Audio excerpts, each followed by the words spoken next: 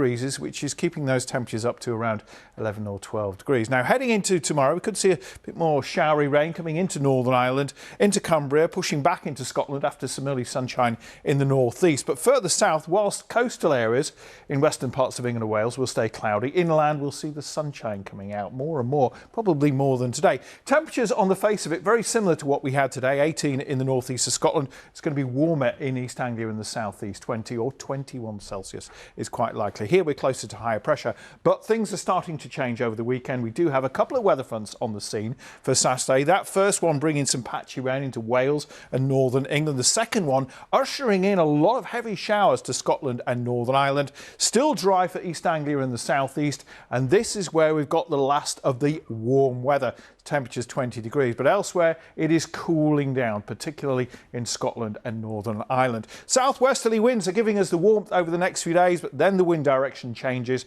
and that's going to lower the temperatures as well. So heading into Sunday, we've got showers coming into Scotland, maybe even a touch wintry, could you believe, over the mountains. More showers coming into Northern Ireland, one or two into northwest England and North Wales. But further south, it is likely to be fine and dry. Temperatures are back down to normal across the southeast, 15 degrees here, but in Glasgow and Belfast those temperatures are only 10 or 11 degrees, which is a little bit cool for this time of the year. Back to you. Darren, thank you very much. And that's it from the BBC News at 6. It's time now for the news where you are. Goodbye.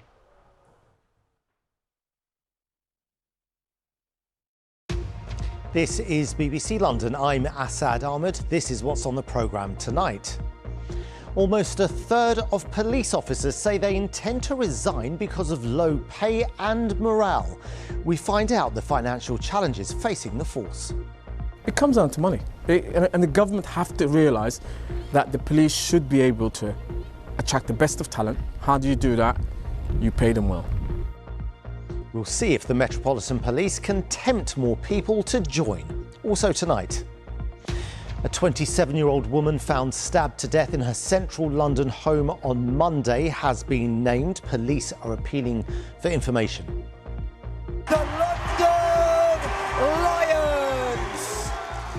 Making history, the London Lions basketball team win the European Cup, the first British team to do so. And we go behind the scenes of a very special party which will be taking place under the streets of central London.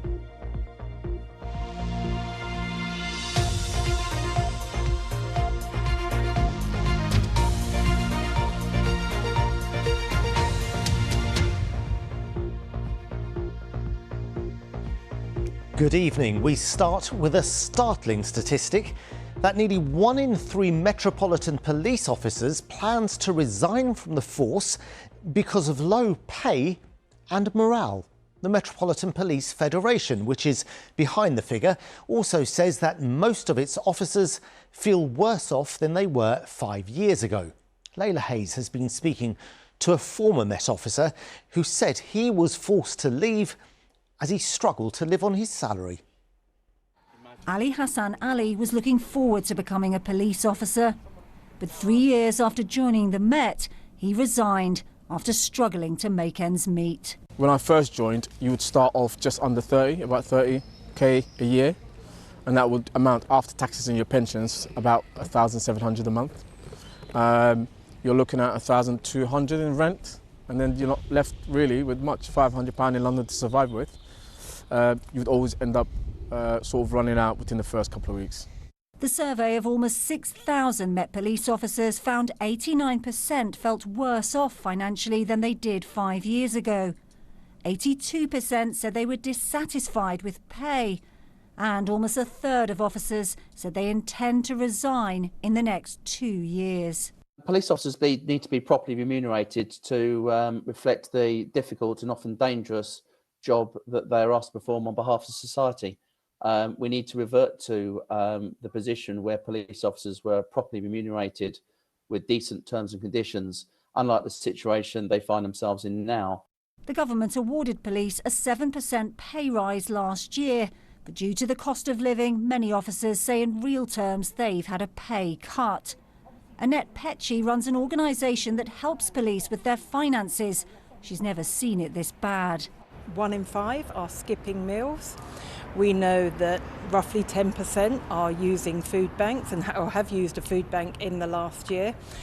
These are people who are day to day putting themselves in danger, making life and death decisions. We cannot put police officers in this position. Ali says he loves the police and wants to see it fixed. Would you ever consider going back to the Met? Absolutely, under the right conditions. I love the job itself. I always enjoyed the job. I think it's an honourable job to do. It comes down to money. And the government have to realise that the police should be able to attract the best of talent. How do you do that? You pay them well. The government says it's working to recruit more police and the retention is a priority. Ali says if pay and conditions improve, that will stop officers leaving. Layla Hayes, BBC London. Sonia Jessup, our Home Affairs correspondent. Police recruitment and retention is something the Met has spoken a lot about recently, isn't it? The Commissioner said that he's deeply worried by the situation. A couple of months ago, he told City Hall that the force was looking to be around 1,400 officers short at the end of March. But he said over the next year, that could fall by another 1,250. And he pointed to pay across the public sector as a problem. He said, for example, the prison service is also struggling with staffing. Now, interestingly, today, the Royal College of Nursing's London branch issued some research it had done saying that more than half of nurses here are thinking of leaving in the next 5 years over the cost of living. Now, the Home Office has said that with policing, retaining police officers is a priority, and it pointed to the 7% pay rise it awarded last year. Sonia, correct me if I'm wrong, but didn't the Met miss a recruitment target last year? Yeah, well, this is part of a government recruitment programme, and the Met was supposed to recruit almost 5,000 extra officers by the end of March 2023. And of course, that came after thousands of jobs were cut under a decade of government austerity measures. Now, the Met was the only force in England and Wales to miss that target. And with that, it had to give back lots of money, tens of millions of pounds, which the Commissioner said he would have liked to have kept for recruiting backroom staff to free up hundreds of officers for the front line who are currently doing those roles. And I think over the next few weeks, expect to hear more promises from mayoral candidates over how they want to boost police numbers. But of course, what they can't control is police pay. Indeed. Sonia Jessup, thank you. And there's more on that story, including links to reports and related articles on the BBC London website. But still to come on the programme tonight.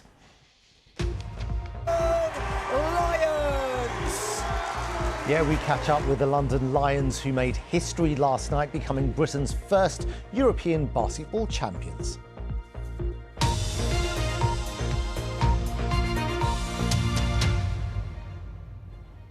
A woman who was found fatally stabbed inside her home near Marble Arch on Monday has been named. 27-year-old Kamonan Tiampanit, who was also known as Angela, was reported missing by a friend on Sunday. Well, Lakshmi Gopal has more on this. More details released this afternoon about the woman whose body was found with stab wounds here at her home by police on Monday morning. Her name has been confirmed as Kamonan Tiampanit. She was 27 years old and she had dual Chinese and Thai nationality. She was working in London and living here in a Grade 2 listed building just across the road from Hyde Park. They found no signs of a break-in and they believe the victim was known to her attacker. Commander Owain Richards from the Metropolitan Police gave us this update. I completely understand the shock and concern this incident has caused, especially to women living and working in the area, and indeed to Londoners as a whole. I understand there is speculation about what has happened to Kamonan. While our detectives are keeping an open mind on the motive, I can confirm that it is likely her attacker was known to her. Officers say they're supporting her boyfriend, who's helping with the investigation.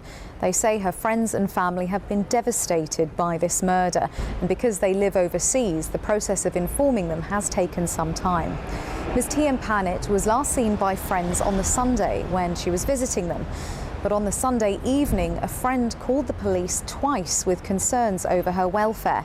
The force is referring itself to the policing watchdog in relation with that contact. No arrests have been made yet, and police are asking anyone with any information, however seemingly insignificant, to come forward, and are asking people to check their doorbell footage and any dashcam footage that could be relevant. Lakshmi Gopal there. Now let's take a look at some other local news making the headlines today. The remains of a woman found in a South London park still haven't been fully recovered. Police were called to Rowdown Fields in New Addington last week, where Sarah Mayhew was found. A man and a woman have appeared in court charged with her murder. The director of a women's organisation has appeared in court alongside 2 others charged with assaulting another woman at King's Cross Underground Station. Selma Taha from Southall Black Sisters said she was bitten during a racially motivated attack on the tube last September. She appeared alongside Davina Riggin and Danae Thomas. Now, it's exactly 3 weeks to go until London elects its next mayor. That's plenty of time to decide who to vote for, or maybe even change your mind. Things like that will start happening after events like tonight, because the 2 frontrunners are about to come face to face. The Greens and Lib Dems will also be there, as will our political editor, Tim Donovan. Tim. Assad, Sadiq Khan and Susan Hall, for them it's the first time they've shared a platform to answer questions, and the candidates, the Green and Liberal Democrat, will be there too. It's an event organised by the London Jewish Forum, and Susan Hall, the Conservative candidate, a little earlier visited Golders Green to speak to businesses and shops and met members of a private security patrol. Sadiq Khan, Labour candidate, hasn't been out and about today campaigning so far as we know. In fact, we haven't seen him all week, but his team put out the news today that Siobhan Benita, who once stood as an independent mayoral candidate and then briefly as a Liberal Democrat candidate, is urging Liberal Democrats to vote for Sadiq Khan. Liberal Democrats aren't impressed, as you can imagine, and Carl Mercer has more. This was Siobhan Benita 4 years ago, launching her campaign to be the Liberal Democrat candidate for mayor, with a couple of sideswipes at Sadiq Khan. Sadiq Khan recently admitted that this issue keeps him awake at night. And to be frank, so it should. Fatal stabbings of teenagers in the capital are at their highest level in over a decade. She later pulled out of the race after that election was delayed, but it was her second run at the City Hall job. Absolutely, absolutely. Because this was her back in 2012 when she ran as an independent, again pretty damning of the mainstream parties. There is a moment in time, and it's right now, when people are so disillusioned with party politicians that they are looking for the alternatives. Today, though, she's announced her backing for Sadiq Khan, urging Liberal Democrat voters to vote for him. The news came through about 4 o'clock yesterday when we got an email from Sadiq Khan's campaign team. It said in a major intervention in the mayoral election campaign, Siobhan Benita was going to back Sadiq Khan. Unusually, for such a major intervention, as they call it, neither Siobhan Benita nor Sadiq Khan were made available for interview today. But in a letter being sent to people in Kingston and Richmond, traditional Lib Dem hotbeds, she said, "I've not always agreed with Sadiq, but I believe he has the right priorities for London.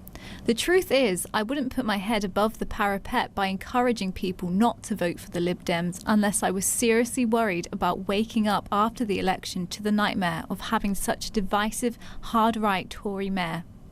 Rob Blackie is the Lib Dems candidate this time out, launching his housing manifesto today in south-west London. She didn't vote for us at the last election, and so it's no surprise she's not voting for us at this election. What I know is that Conservatives are in free fall nationally, and they're doing even worse in London. And so that gives us a great opportunity, because Sadiq Khan does not deserve to win this election. What are your big issues that you've got? The Conservative candidate, Susan Hall, was out and about in Golders Green. Her reaction to the news? I should imagine that would not make the Liberal Democrats very happy, but you know, we're in a democracy. People can say and do what they like. And they will, when polls open 3 weeks from today. Carl Mercer, BBC London.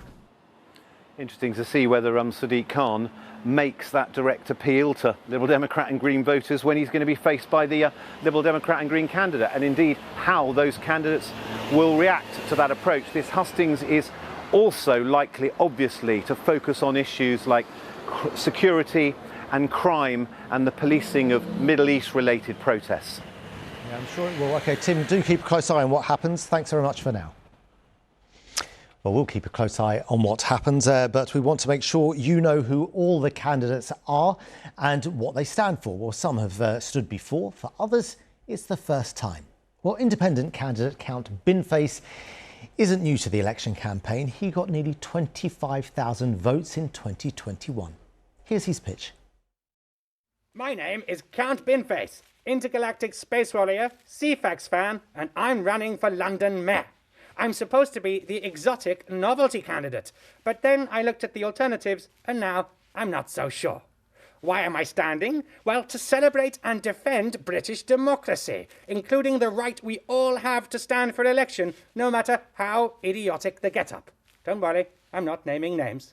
But I'm not just a pretty face, I also have the best manifesto, including price-capping croissants, renaming London Bridge after Phoebe Waller, and here's a new one, making Thames water bosses take a dip in the Thames to see how they like it. Unlike some high-profile figures, I was able to fill out the application form correctly. And I want to bring that kind of detail to City Hall. Last time I came 9th out of 20 candidates, and this time I'm gunning for a Champions League spot minimum.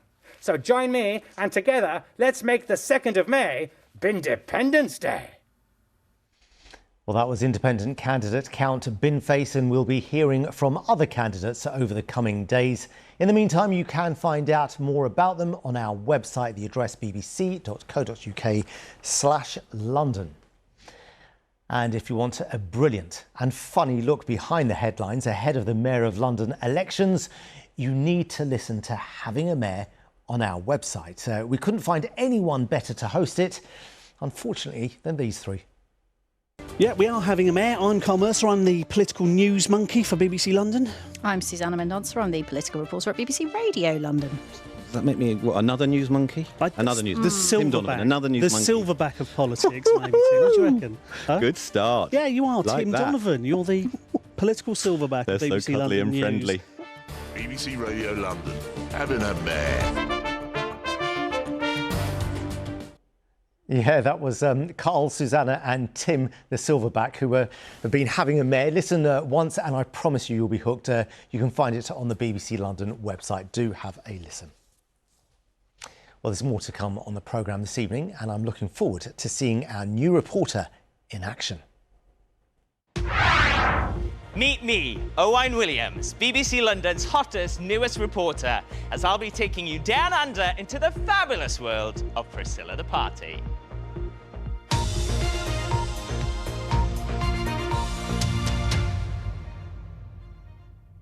Now, it's 10 days until the London Marathon. You can't have missed the people all over the capital and beyond going out for their run as they make their final preparations. Well, you might have even seen Saskia. She's running in memory of her father and raising money for the superb Samaritans charity.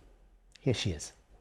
So Dad, his name was Viren, was an incredibly charismatic, energetic, lively man, super entrepreneurial, and those are all traits that I have very much tried to hone since he left us.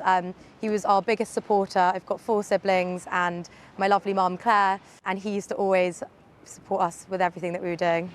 The training's going well. I have to say I'm looking forward to it being over. Waking up when it's dark and raining has not necessarily been the most fun, but I always feel so much better after a run, and it makes me feel really motivated. I've had a couple of injuries, but those seem to be fine at the moment. I had a brilliant run yesterday. I'm just feeling really invigorated and excited for the day. I chose Samaritans to run the London Marathon for because it holds a very close place in the heart of myself and all my family. My father took his life in 2010, and I hadn't actually heard of Samaritans until about 5 years ago through conversations with friends.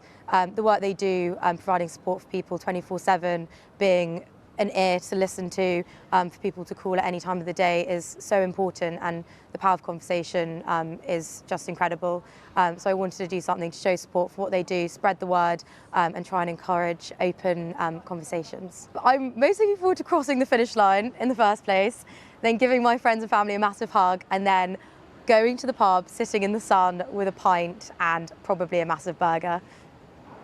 Well, Saskia, we wish you the very best of luck in the marathon, which is on Sunday, the 21st of April. Now, she's running for the Samaritans, who offer, of course, confidential help 24 hours a day, 7 days a week. And if you want to see other organisations that can also help in times of difficulties, please do search for BBC Action Line. Details are on the screen there. It's all in confidence. Now, you don't have to be into basketball to realise what a historic and exciting night it was at the Copper Box in East London last night. London Lions not only became the first British team to make it to a European trophy final, they won it as well. Not bad, really. And wait until you see how they did it. Here's Chris Legg.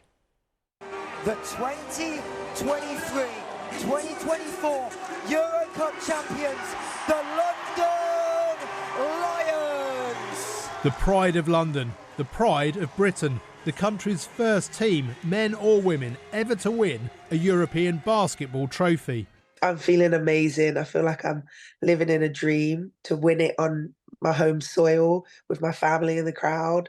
It's just been absolutely incredible. The pressure of taking 2 free throws to secure the win in the closing seconds fell to Megan Gustafson. How did you keep you cool? I just really kind of had that routine in my head. You know, I also think of my dog whenever I'm at the free throw, just to think of something to get out of my head, and she keeps me calm in those moments. What's her name? Her name is Pancake. Oh, well, I hope you share your medal with her. She played a part in bringing British basketball its first European medal. She sure did. Lions had been heading for an aggregate defeat until Holly Winterburn's three-pointer with 15 seconds to go. Holly Winterburn! Step up and take your moment! She's one of the best young players in Europe, but has said she'll have to leave the club due to owners 777 cutting their funding. Most her teammates are set to follow suit. We're all the best players in Europe. We're all the best players in British basketball. And in order to continue our careers, we are going to have to leave and go and play in clubs that are playing in Europe and playing at the highest level. So, yeah, it's a decision that we've all pretty much made. Slovenian-born general manager Vanja Černjevec believes the club can still be saved. I'm still hopeful. You know, I think the time is ticking because the players do have to think about their future and where they're going to go next year. So, yeah, I hope yesterday whoever was watching realized that, you know, we are a special team. We have a special bond, and that the women's basketball has a bright future in UK, and it's, you know, worth investing in. London Lions Euro Cup women's champions. British basketball has never witnessed such scenes. Everyone kept saying, I've watched these kind of celebrations for football and rugby and the sports that are so known in Britain. And to see that it's been done with basketball and with women, and we have that much of a crowd, that much support, it was just absolutely incredible. Is this a brave new dawn for British basketball, or the best it ever gets? Chris Legg, BBC London. Terrific result. Congratulations to the London Lions. Now, you're going to really like this, because if you enjoyed the film about 3 drag queens in the Australian outback, or maybe the West End show of Priscilla, Queen of the Desert, then this is for you. Priscilla the Party. The invite says it's in central London and it's below ground level. The only way we could find out more is by employing one of the cast members to take us behind the scenes. This is Owen Williams. I'm right outside Tottenham Court Road Station, here in the heart of London, and you have no idea what lies beneath this very pavement. The wacky, wonderful, glitzy world of Priscilla the Party. And I'm going to take you on an Access All Areas tour. It's raining men.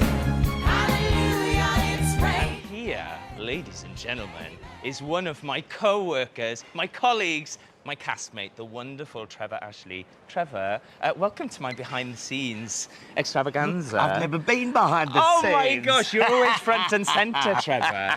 You identify as part of the queer community. What does that mean to you to get to perform this piece to them? Oh, look, it's always so wonderful, and I think this show means so many things to so many people. And so for me to be able to perform that every night, it's very special. And to be able to do it here in London, it's just very, very special. Now, we have a matinee. You've got a lot of makeup to put on. I've got to get a bit of a face on. Yeah, just a little lash. Those lashes don't put themselves on. And I've got a lot more to show you guys, so follow me. Welcome to the wardrobe department. But there is somebody much better equipped to talk about costumes than me.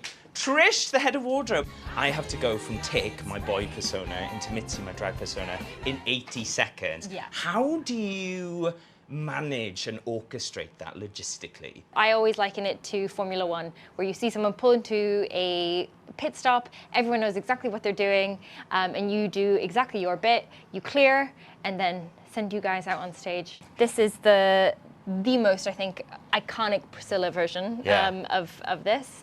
Like, I watched the girls, Grace, Gracie, and Sarah, singing huge Aretha Franklin, Gloria Gaynor classics, wearing these corseted, beautiful dresses with enormous wigs on the head. Trish, thank you so much. You've got a lot of work on your hands. I just mentioned those massive wigs, and that is as slick a link as I can think to take you up to the wig department. Follow me. Look at these wigs! Aren't they amazing? When I come off stage in full drag, somebody is there with some sellotape to get the glitter off my lips. Somebody else is there with a wet wipe to wipe the lipstick. Somebody else is there with a tissue to wipe my lips. Whilst the wardrobe department are changing my clothes, it is all a delicate ballet that I absolutely love being a part of. And speaking of which, I have a show in less than an hour, so I need to start getting ready. It's been a pleasure to take you behind the scenes here down under at the world of Priscilla the Party. I've been Owain Williams, and now we're going back up and over to the studio. Owain Williams there, that was brilliant. If he ever gets tired of acting, I think it's a job for him reporting here. Great job, thank you very much for that. Darren, now the weather, go on. I'll tell you what, Assad, it doesn't take me that long to get ready. Well, we can see that. Yes. Yeah. Thank you very much. I walked into that one, didn't I? Let's have a look at what's been happening today. We had a better day today, dry day. The cloud was still around, but it was quite thin. We have seen some sunshine that has given the temperatures a boost, but I think tomorrow, actually, we're going to see more sunshine arriving and temperatures are likely to be higher than today. It's going to be a warm day tomorrow. Now, this is a satellite picture with a bit of radar on there as well. That rain is actually moving its way northwards. It's not heading to us. So we still have some evening sunshine around. Then overnight, it looks like it's going to stay dry. There's going to be a lot of cloud around overnight, mind you. Most of it quite thin cloud. We've got a southwesterly breeze. That's actually bringing us this warmth. And so we'll see minimum temperatures typically 10 or 11 degrees.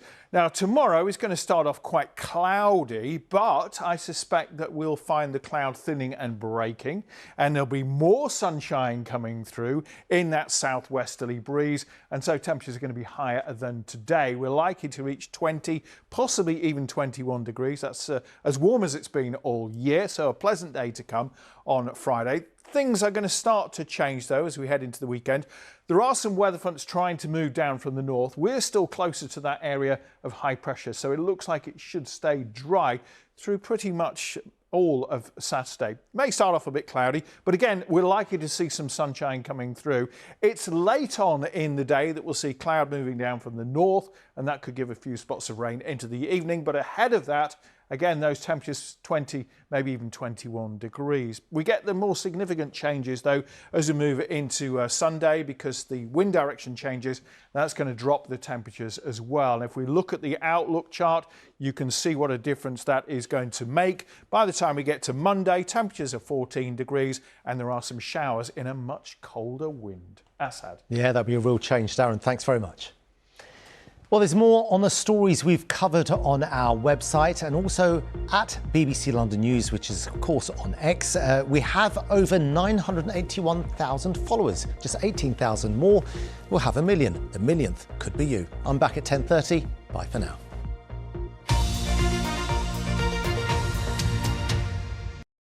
If you don't get away, you just become what everybody already thinks you are. Dante, I know you're just a really weird kid, but I want to be a poet. I no longer just want this band to work, I need it to work. We'll take over the old world. This Town. Press red for all episodes on BBC iPlayer. It's now time to find out if your business plans stack up. Who would you say has inspired you? I don't really like your business plan. How can you not have management accounts for 6 months? I mean, this whole thing is ludicrous. You're fired.